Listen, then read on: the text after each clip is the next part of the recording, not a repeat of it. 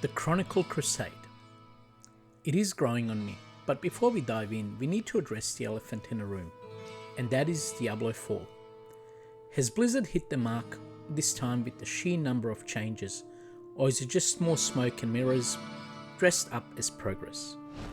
Hello YouTube, Liquid Dream here with another episode of my Chronicle Crusade journey.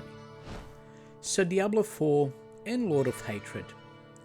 At last we get to throw down with Prime Evil again, which already feels like a step back into identity the series was built on. But before diving deeper into that, let's talk about what actually is new in the game, because there's quite a lot to unpack here.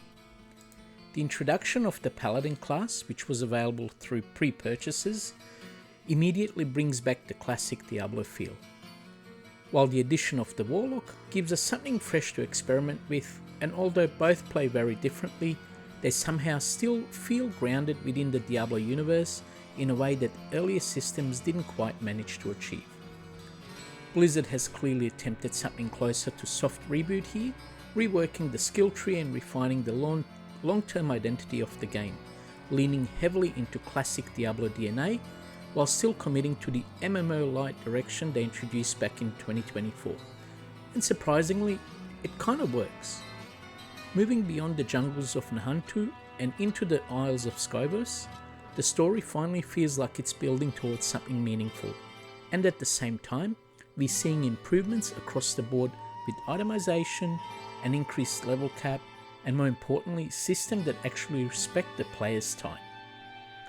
The return of the Heraldry Cube for deterministic crafting and item transmutation is massive, and the new talisman system opens up additional build flexibility without sacrificing your core gear slots.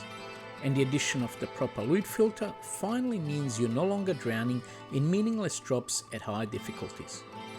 On top of that, the expansion doubles down on endgame with Echoing Hatred, introducing that horde-style survival mode, while also adding things like fishing, which, depending on who you are, is either a welcome break or completely out of place. And honestly, my final thoughts on all of this: Diablo IV feels like it's heading in the right direction. It should have been something that was probably meant to be on release day. Like many of you, I used to jump in at the start of the season, burn out quickly, and crawl right back into my offline Diablo 2 sessions. But with these changes, I might actually stay a while and listen, or play. So if you've been sitting on the sidelines since launch and you haven't dabbled much, it might be worth dusting it off again and giving it a go. But on that note, enough of Diablo 4, and let's get into our Chronicle Crusade. We are kicking things off with our new level 90 Amazon, and I have to say she's absolutely demolishing content right now, just carving through waves of cows like they owe her money, and quickly becoming my go-to rune farmer.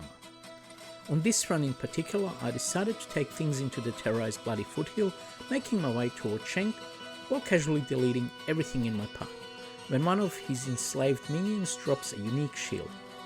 And immediately there's that little moment of curiosity, because shield like this is always sit in an awkward space between potentially useful and completely overshadowed by rune words. Still, what we here have is obviously item 447 out of 681 and Alma Negra. Now, as much as I've been enjoying the Amazon lately, my attention span and my absolute addiction to teleport inevitably pulls me back to the Sorceress, my first love in Diablo 2, and the very first character ever created all those years back, and honestly, she still rips. Back in Lower Rarest once again, doing the classic chest popping rotation with the occasional mob clears, but things get in my way. I almost skipped this encounter entirely, but someone made me stop and deal with the flame call, the witch. And that decision paid off, because it dropped the man catcher, which immediately caught my attention, and it was fairly confident I had already completed most of the weapons, but it turns out I didn't. So Viper Fork, welcome to the family. As promised, I've been giving the assassin a proper run, and I have to admit leveling with fire traps combined with few surprising skills has been incredibly smooth, especially when leveraging terror zones to maximize experience gain. This time I found myself in a spider cavern, definitely not a regular stop for my rotations, but you have to do things. One of these occasions they drop a Geeds, because obviously this is Nightmare, so it can't be a Sunder Charm, and oh my lord, this is the worst roll ever. Really? Back once again onto the Sorceress and continuing the long grind towards level 99, which has been surprisingly enjoyable, although breaking things up with other characters definitely helps. This clip is actually a perfect example on how easy it is to miss valuable drops, especially before the introduction of the loot filter.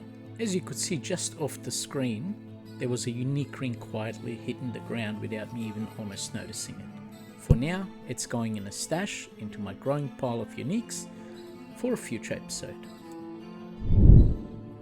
And finally we head back into the poison-soaked depths to face Andariel, the Maiden of Anguish, who continues to be one of the most satisfying bosses to farm purely because of how consistent her drops can be.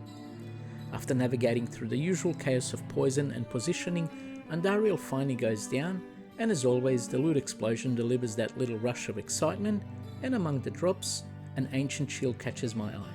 After quick identification, it turns out to be one of the items that heavily leans into poison based bonuses, which makes perfect sense because it's obviously Radaman's Fear. All too soon, that brings us to the end of another video.